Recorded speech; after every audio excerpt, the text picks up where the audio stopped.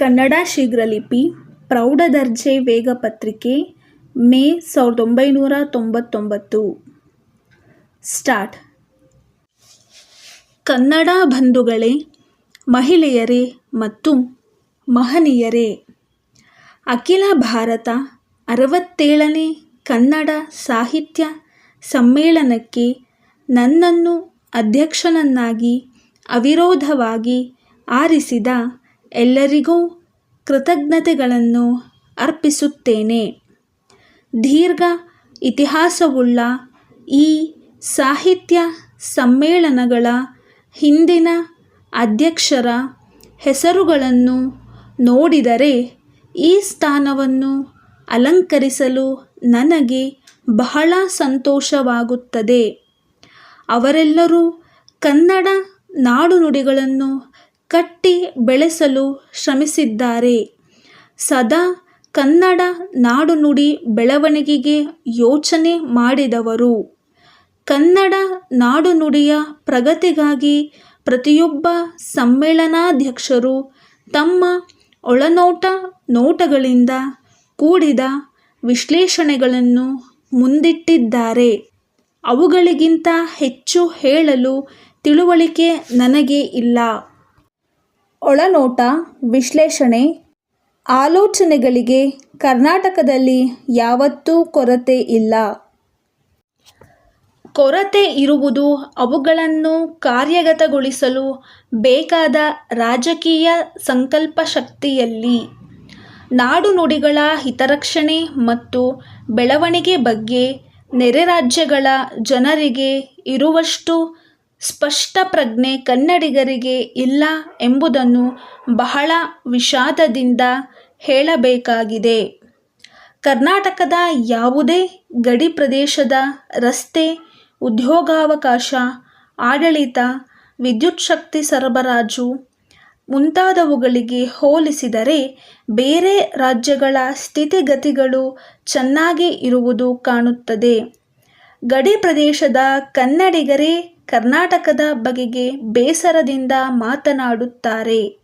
ಈ ಬಗೆಗೆ ಪತ್ರಿಕೆಗಳು ವ್ಯಾಪಕವಾಗಿ ವರದಿ ಮಾಡಿರುವುದರಿಂದ ಇಲ್ಲಿ ಪುನಃ ಹೇಳಬೇಕಾದ ಅವಶ್ಯಕತೆ ಇಲ್ಲ. ಈ ಪ್ರದೇಶಗಳಲ್ಲಿ ಜನಮತಗಣನೆಯಾದರೆ ಕನ್ನಡಿಗರೆಲ್ಲರೂ ಖಂಡಿತವಾಗಿ ಕರ್ನಾಟಕದ ಪರವಾಗಿ ಮತ ನೀಡುತ್ತಾರೆಂಬ ಸಂಪೂರ್ಣ ವಿಶ್ವಾಸವನ್ನು ನಾವು ಇಟ್ಟುಕೊಳ್ಳುವಂತಿಲ್ಲ. ನನಗೆ ಸಾಹಿತ್ಯದಲ್ಲಿ ಆಸಕ್ತಿ ಇರುವುದು. ಕನ್ನಡ ಸಾಹಿತ್ಯದ ನಾಳೆಯ ಬಗೆಗೆ ಹೇಳುವಂತೆ ಹಲವರು ನನ್ನನ್ನು ಕೇಳಿದ್ದರು. ಮುಂದಿನ ಸಾಹಿತ್ಯ ಹೇಗೆ ಇರುತ್ತದೆಂದು ಯಾರೂ ಖಚಿತವಾಗಿ ಹೇಳುವಂತಿಲ್ಲ. ಆದರೆ ಕನ್ನಡ ಸಾಹಿತ್ಯ ಮುಂದೆ ಉಳಿಯುತ್ತದೆಯೇ, ಬೆಳೆಯುತ್ತದೆಯೇ ಎಂಬ ಬಗ್ಗೆ ಪ್ರತಿಯೊಬ್ಬರೂ ಆಲೋಚನೆ ಮಾಡಬೇಕಾದ ಪರಿಸ್ಥಿತಿ ಇವತ್ತಿನ ದಿವಸ ಇದೆ. ಕರ್ನಾಟಕದ ಎಲ್ಲ ನಗರಗಳಲ್ಲೂ ಪಟ್ಟಣಗಳಲ್ಲೂ ಇಂಗ್ಲಿಷ್ ಮಾಧ್ಯಮ ಶಾಲೆಗಳು ನಾಯಿಕೊಡೆಗಳಂತೆ ಬೆಳೆಯುತ್ತಿವೆ. ಅವುಗಳಲ್ಲಿ ಓದಿದರೆ ಮಾತ್ರ ತಮ್ಮ ಮಕ್ಕಳಿಗೆ ಭವಿಷ್ಯ ಉಂಟು, ಇಲ್ಲದಿದ್ದರೆ ಇಲ್ಲ ಎನ್ನುವ ಭಾವನೆ ತಂದೆ ತಾಯಿಗಳಲ್ಲಿ ಆವರಿಸಿದೆ. ಇಂತಹ ಶಾಲಾ ಕಾಲೇಜುಗಳಲ್ಲಿ ಓದುತ್ತಿರುವ ಯಾವ ಹುಡುಗ ಹುಡುಗಿಯರು ಕನ್ನಡ ಪುಸ್ತಕಗಳನ್ನು ಓದುವುದಿಲ್ಲ. ಕನ್ನಡವನ್ನು ಒಂದು ಭಾಷೆಯನ್ನಾಗಿ ಓದಿದರೂ ಅದೊಂದು ಅನಿವಾರ್ಯ ಅನಿಷ್ಟ ಎನ್ನುವಂತೆ ಓದುತ್ತಾರೆ. ಅನ್ಯ ಭಾಷೆಯಲ್ಲಿ ಶಿಕ್ಷಣ ಪಡೆಯುವ ಜನಾಂಗವು ಸಾಂಸ್ಕೃತಿಕವಾಗಿ, ಬೌದ್ಧಿಕವಾಗಿ ಪರಾವಲಂಬಿಗಳಾಗುತ್ತಾರೆ ಎನ್ನುವ ಎಚ್ಚರಿಕೆಯನ್ನು ಶಿಕ್ಷಣ ತಜ್ಞರು ಅಭಿಪ್ರಾಯವನ್ನು ಪಟ್ಟಿದ್ದಾರೆ.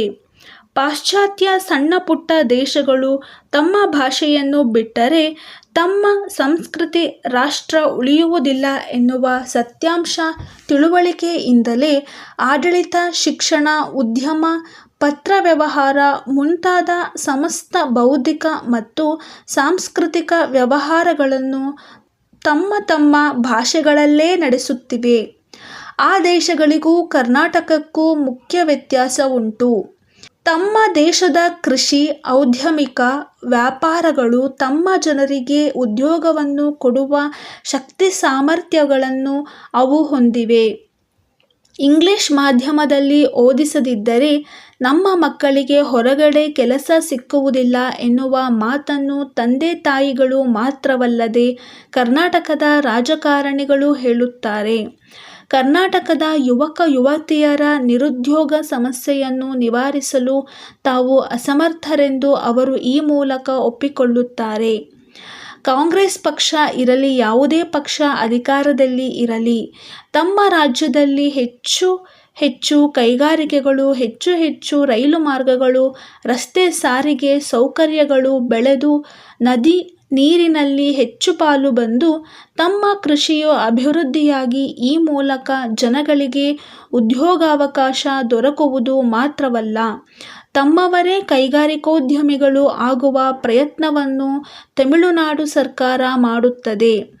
ಬೇರೆಯವರು ಬಂದು ಉದ್ಯಮ ಪ್ರಾರಂಭ ಮಾಡುವಂತೆ ಸರ್ವ ಪ್ರಯತ್ನವನ್ನೂ ಮಾಡುತ್ತದೆ. ಅನಂತರ ಆ ಕೈಗಾರಿಕೋದ್ಯಮಗಳಲ್ಲಿ ಎಲ್ಲ ಉದ್ಯೋಗಗಳು ತಮ್ಮ ರಾಜ್ಯದ ಪ್ರಜೆಗಳಿಗೆ ಸಿಕ್ಕುವಂತೆ ಮಾಡುತ್ತದೆ. ಇಷ್ಟಲ್ಲದೆ ತಮಿಳುನಾಡಿನ ಹೊರಗಡೆ ಇರುವ ಕೇಂದ್ರ ಸರ್ಕಾರದ ಕಚೇರಿಗಳಲ್ಲಿ, ಕೈಗಾರಿಕೋದ್ಯಮಗಳಲ್ಲಿ, ಖಾಸಗಿ ಉದ್ಯಮಗಳಲ್ಲಿ ತಮಿಳರನ್ನು ನೇಮಕ ಮಾಡಿಸಲು ಅಲ್ಲಿನ ಸರ್ಕಾರವು ನೂರಾರು ತಂತ್ರಗಳನ್ನು ಮಾಡುತ್ತದೆ. ಅಲ್ಲಿನ ಪ್ರತಿಯೊಂದು ರಾಜಕೀಯ ಪಕ್ಷಗಳಲ್ಲೂ ಈ ವಿಷಯದಲ್ಲಿ ಭಿನ್ನಾಭಿಪ್ರಾಯ ಇರುವುದಿಲ್ಲ. ಆದರೆ ಕರ್ನಾಟಕ ಸರ್ಕಾರ, ರಾಜಕೀಯ ಪಕ್ಷಗಳು ಈ ವಿಷಯದಲ್ಲಿ ಯಾವ ರೀತಿಯಾಗಿ ನಡೆದುಕೊಳ್ಳುತ್ತಿವೆ ಎನ್ನುವುದನ್ನು ಇಲ್ಲಿ ವಿವರಿಸಿ ಹೇಳುವುದಕ್ಕೆ ಹೋಗುವುದಿಲ್ಲ. ಇಂಗ್ಲಿಷ್ ಮಾಧ್ಯಮದಲ್ಲಿ ಓದಿದರೆ ಬೇರೆ ರಾಜ್ಯಗಳಲ್ಲಿ ಉದ್ಯೋಗಾವಕಾಶ ದೊರಕುತ್ತದೆ ಎಂಬುದು ಕೇವಲ ಭ್ರಮೆ. ಪ್ರತಿಯೊಂದು ರಾಜ್ಯದವರು ಸ್ಥಳೀಯರಿಗೆ ನೀಡಬೇಕೆಂದು ಕಡ್ಡಾಯ ಮಾಡಿದ್ದಾರೆ. ಕರ್ನಾಟಕದ ಇಡೀ ಜನಾಂಗವನ್ನು ಹೊರದೇಶಗಳ ಉದ್ಯೋಗಕ್ಕೆ ತಯಾರು ಮಾಡಿ ಸಾಗಹಾಕುವುದು ಸುಲಭ ಮಾರ್ಗವೆಂದು ನಮ್ಮ ರಾಜಕಾರಣಿಗಳು ಭಾವಿಸಿದ್ದಾರೆ. ಕರ್ನಾಟಕದ ರಾಜ್ಯದಲ್ಲಿ ಕನ್ನಡಿಗರಿಗೆ ಉದ್ಯೋಗ ದೊರಕಬೇಕಾದರೆ ಕನ್ನಡ ಮಾಧ್ಯಮಕ್ಕೆ ಹೆಚ್ಚು ಉತ್ತೇಜನ ಸರ್ಕಾರ ನೀಡಬೇಕೆಂದು ಈ ಸಂದರ್ಭದಲ್ಲಿ ನಾನು ಹೇಳಬಯಸುತ್ತೇನೆ. ಹಾಗೂ ಕನ್ನಡ ಮಾಧ್ಯಮದಲ್ಲಿ ಉತ್ತೀರ್ಣರಾದರೆ ಮಾತ್ರ ರಾಜ್ಯ ಸರ್ಕಾರಿ ಉದ್ಯೋಗಾವಕಾಶಗಳಲ್ಲಿ ಪ್ರಥಮ ಪ್ರಾಶಸ್ತ್ಯ ನೀಡಲಾಗುತ್ತದೆಂದು ಘೋಷಿಸಬೇಕೆಂದು ಒತ್ತಾಯಪೂರ್ವಕವಾಗಿ ವಿನಂತಿಸುತ್ತೇನೆ.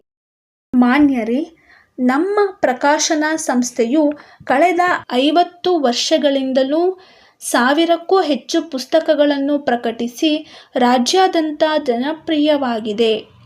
ನಾವು ವಾಣಿಜ್ಯ, ಕಲೆ, ವಿಜ್ಞಾನ, ತಂತ್ರಜ್ಞಾನ, ಇಂಗ್ಲಿಷ್ ಮತ್ತು ಕನ್ನಡ ಶೀಘ್ರಲಿಪಿ ಹಾಗೂ ಬೆರಳಚ್ಚು ಕ್ಷೇತ್ರಗಳಿಗೆ ಸಂಬಂಧಿಸಿದ ಸಾಹಿತ್ಯ ಕೃತಿಗಳನ್ನು ಪ್ರಕಟಿಸಿದ್ದು, ಹಲವು ಪುಸ್ತಕಗಳು ರಾಜ್ಯದ ಎಲ್ಲ ವಿಶ್ವವಿದ್ಯಾನಿಲಯಗಳ ಪಠ್ಯಕ್ರಮಕ್ಕನುಸಾರವಾಗಿ ರಚನೆಯಾಗಿವೆ. ನಮ್ಮ ಹಲವಾರು ಪುಸ್ತಕಗಳ ಲೇಖಕರು ಆಯಾ ವಿಷಯದ ವಿದ್ವಾಂಸರು ಮತ್ತು ಅಧ್ಯಾಪಕರೂ ಆಗಿದ್ದಾರೆ.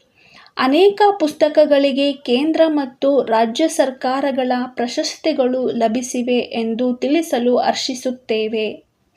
ಸುವರ್ಣ ಮಹೋತ್ಸವವನ್ನು ಆಚರಿಸುತ್ತಿರುವ ಪ್ರಸ್ತುತ ವರ್ಷದಲ್ಲಿ ಜನಸಾಮಾನ್ಯರಿಗೆ ಬಹಳ ಉಪಯೋಗವಾಗುವ ಪುಸ್ತಕಗಳನ್ನು ಪ್ರಕಟಿಸಲು ನಾವು ಬಯಸಿದ್ದೇವೆ. ಅಲ್ಲದೆ ಕೇಂದ್ರ ಲೋಕಸೇವಾ ಆಯೋಗ ಮತ್ತು ಕರ್ನಾಟಕ ಲೋಕಸೇವಾ ಆಯೋಗ ಮತ್ತಿತರ ನೇಮಕಾತಿ ಪ್ರಾಧಿಕಾರಗಳು ನಡೆಸುವ ಸ್ಪರ್ಧಾತ್ಮಕ ಪರೀಕ್ಷೆಗಳ ಅಭ್ಯರ್ಥಿಗಳಿಗೆ ಬಹಳ ಉಪಯುಕ್ತವಾದ ವಿವಿಧ ರೀತಿಯ ಉತ್ತಮವಾದ ಪುಸ್ತಕಗಳನ್ನು ಪ್ರಕಟಿಸಿದ್ದೇವೆಂದು ತಿಳಿಸಲು ಇಚ್ಛಿಸುತ್ತೇವೆ.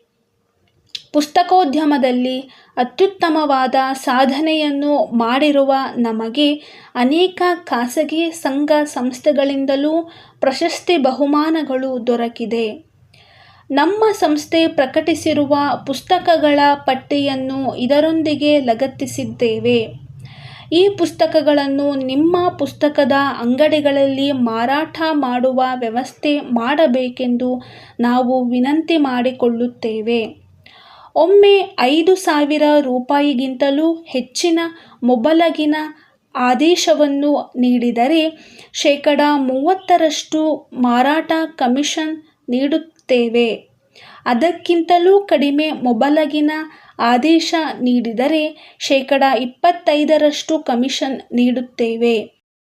ಪ್ರಸಕ್ತ ವರ್ಷದಿಂದ ರಾಜ್ಯದ ಎಲ್ಲ ಜಿಲ್ಲೆಗಳಲ್ಲಿ ನಮ್ಮ ಸಗಟು ಪುಸ್ತಕ ವಿತರಕರನ್ನು ನೇಮಕ ಮಾಡಿಕೊಳ್ಳಲು ಬಯಸಿದ್ದೇವೆ. ಈ ಸಗಟು ಪುಸ್ತಕ ವಿತರಕರನ್ನಾಗಿ ನೇಮಿಸಲು ಪುಸ್ತಕ ವ್ಯಾಪಾರಿಯು ಪ್ರತಿ ವರ್ಷ 1,00,000 ರೂಪಾಯಿಗಿಂತಲೂ ಹೆಚ್ಚಿನ ವಹಿವಾಟು ನಮ್ಮೊಡನೆ ಮಾಡಬೇಕು. ಅಲ್ಲದೆ 50,000 ರೂಪಾಯಿಗಳ ಭದ್ರತಾ ಠೇವಣಿಯನ್ನು ನಮ್ಮ ಸಂಸ್ಥೆಯಲ್ಲಿಡಬೇಕೆಂದು ನಮ್ಮ ನಿಯಮ.